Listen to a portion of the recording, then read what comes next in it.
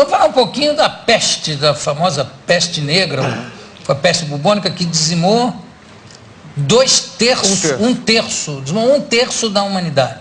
Da população da Europa. Da Europa? Da Europa. Eu pensei que era Europa e Ásia também. Não. Na Ásia ela também teve um acometimento importante. Ela é considerada uma das piores, porque na verdade ela chegou num curto intervalo de tempo, em 2 anos, ela acabou varrendo todo o continente europeu e matando um terço da população. Quer dizer, proporcionalmente matou muito mais gente do que a gripe espanhola. Do que a gripe espanhola. Então ela, por isso que ela chama atenção, que ela é bem descrita nos livros, nas pinturas, nas gravuras e tal. Hoje a população fala muito dela. E tinha umas máscaras estranhíssimas, uns bicos compridos que achavam que impedia... Porque naquela época a grande teoria que tinha era que os miasmas, os gases venenosos é que traziam as doenças. Então aquele bico comprido na máscara tinha um buraco também que colocava ali algodão umedecido com alguma substância aromática. Então você achava que aquilo melhorava o ar que você inspirava. E, de certa forma, funcionava como uma máscara, um filtro mesmo, não?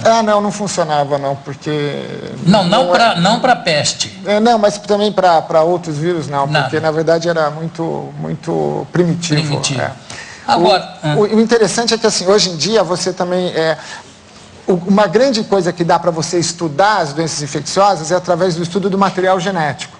Então, você estudando o material genético, você sabe aquele vírus, aquela bactéria, aquele parasito, ele é semelhante ao que na natureza, a qual desses agentes na natureza.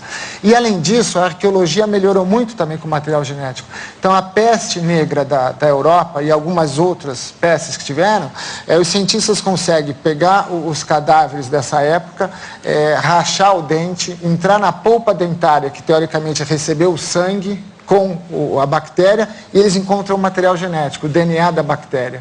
Então você compara que a peste veio do Oriente para a Europa, você sabe a origem de onde ela veio. Era a peste bubônica? A peste bubônica. Agora, tem uma coisa curiosa, se eu não me engano, é que há sempre, no caso da peste bubônica, houve um imenso desequilíbrio ecológico, pode-se dizer, que o piolho da peste bubônica era um piolho do rato. Com falta de ratos, ou com falta de, por exemplo, nos navios que tinham proporcionalmente menos ratos, o piolho se adaptou ao ser humano, passou a infectar os seres humanos. Está correto isso?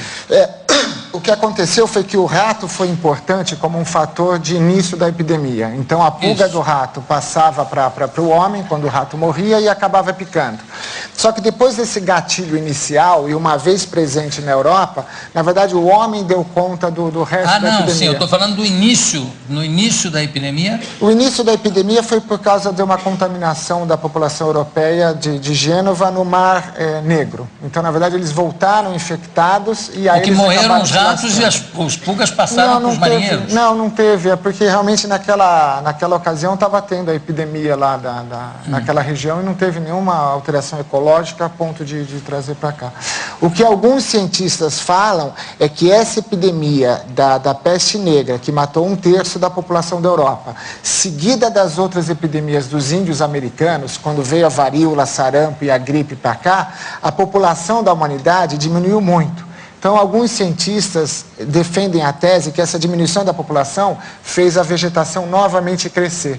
E essa vegetação novamente crescendo, novamente tendo contato com a natureza, ela teria retirado o CO2 da atmosfera, que eles comparam nas calotas de gelo da Antártica.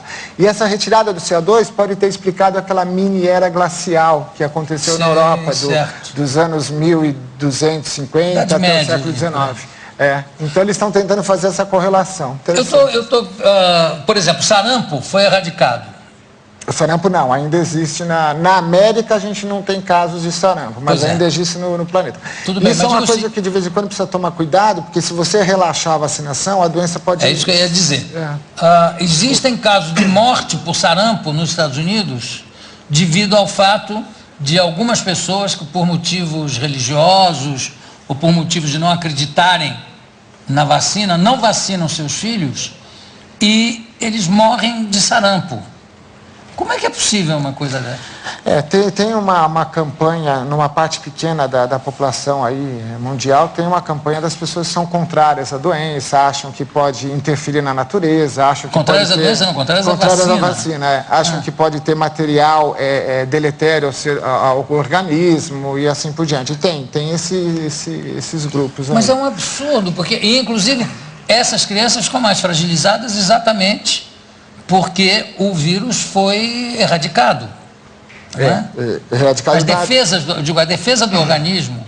Erradicado da América, mas ainda tem outras regiões. Não, pois é, mas digo, a criança americana que não se vacina tem mais possibilidade de ser um caso fatal do que como era antigamente aqui, quando não tinha vacina. Todo mundo pegou sarampo, já pegou, já está bem, já está bom. O sarampo é gravíssimo, o sarampo, porque ele pode dar uma série de complicações e ainda tem mortes de sarampo por causa da ausência também de vacina em alguns países em desenvolvimento que não tem recurso financeiro para vacinar. Então a gente ainda vê morte de sarampo no planeta, que é uma coisa também absurda, se pensando que existe uma vacina que previne. E a nossa revolta da vacina aqui?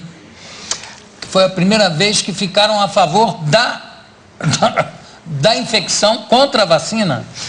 A revolta da vacina é um pouco complicado, porque assim, na verdade, quando a ciência descobriu que você tinha